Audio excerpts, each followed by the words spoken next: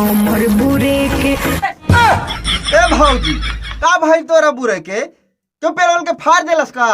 हाला हो गई। अच्छा ई बात बा, तो यही से नु कहत रानी कि घर ही में मरवावल करा भौजी, लेकिन ना तोरा तो बहरा मरवावे के आदत पड़ल रहे, कबो उखिया के खेत में कबो राहरी के खेत में, तो भोगा ना हल्ला हो गई तोरा बुरे के।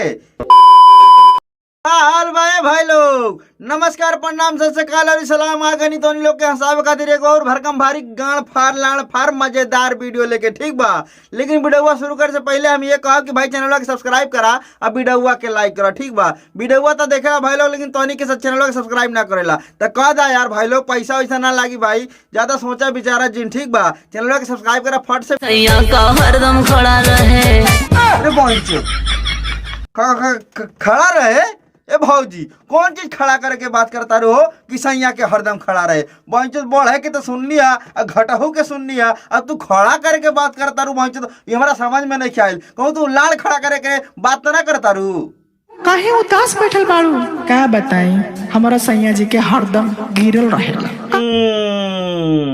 तब बुझत तारा भाई लोग, भाई भौजी का गिरल रहे के बात करतिया, हमारे तो समझ में सब आ गई, ठीक बा। बस तोहनी के अगर समझ में आयल बा तो कमेंट करके बतावा कि भौजी का गिरे के बात कैले बिया। का हो?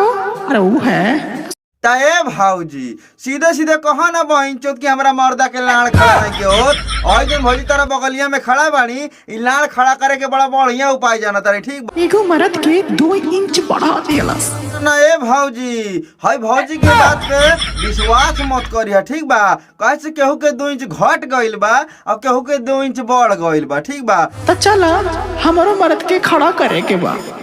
ना मनबू तो जा पेल दी बहन लोहरा के सखुआ गांव वाला फाट जाई, समझ लू, बड़ा बड़ा करे के मन करता मर्दा के लाड़। क्या परेशानी है बच्चा, कुछ परेशान लग रही हो? हाँ तो बतावा ए भौजी कि मर्दा के खड़ा ना होला, बाबा पूछा तारे, बाबा के सब खोल के बतावा, ठीक बा।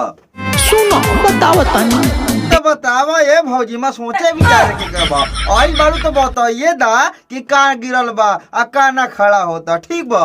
ई बाबा के गाजा मनली तबो नाही काम बनल। ए भौजी गाजी गाजा मनला से काम ना होई ना खड़ा होई, समझ लू। खाली पैंटवा खोल के मुँह में लेके चूस ले तू बहनचो तो 2 मिनट में खड़ा हो जात, समझ लू। काहे भाई लोग सही कहानी है ना? बड़ी परेशान बानी ए बाबा। ए भौजी अगर तू ज्यादा परेशान बाड़ू तो हम एगो उपाय बताओ तनी, ओकरा के फॉलो करा, ठीक बा। एगो लेला भाटा और चाहे लौकी, ठीक बा, और वही से मार घचा घच बहनचोद बुर के पानी निकाल दे, ठीक बा। असैया के खड़ा हो चाहे ना खड़ा हो तार काम हो जाए। कौनो उपाय देही बताई जिंदगी भर वो बड़ा रहे। ए भौजी बाबा का तोरा के उपाय बताइए, हम बतावता नहीं समझा, ठीक बा। वो तुम मुँह में लेके चूसा करा, ठीक बा, तब वो जिंदगी भर बड़ा रही ना था, 5 मिनट में फिर लूज हो जाए, समझ लो। सैया का हरदम खड़ा रहे। एकदम साफ साफ बतावा ना कि कौन चीज बढ़ावे के बा और कौन चीज घटावे के बा, ना तो चटवा बाबा बूझ ना पाई, समझ लू। अरे क्या खड़ा करना है बच्चा? मार खड़ा करे के बा ए बाबा, सरवा तहू नहीं खे बुझ तारा। अब ले 2 इंच बढ़ावत रहला, 2 इंच घटावत रहला, अब खड़े नहीं खे, समझला। ऐसा मंत्र मारा कि 2-4 फुट के लाड़ हो जाए, ठीक बा। तेरा भौजी का बुढ़िया में पेला और मुँह देना निकले बहन चो। 4 मिनट में मजा न आवे, घंटन तक वो जड़ा रहे। ए भौजी 2-4 मिनट में अगर मजा ना आवता ना तो हमारा पास चलावा, चाहे हमारा भाई लोग जो वीडियो देखता रहे उनका पास चला जा, ठीक बा। नूरा के आधा घंटा तक ऐसा पहले बहनचोद कि मुँह देना फ्रैक्चर फेंक देबू, ठीक बा।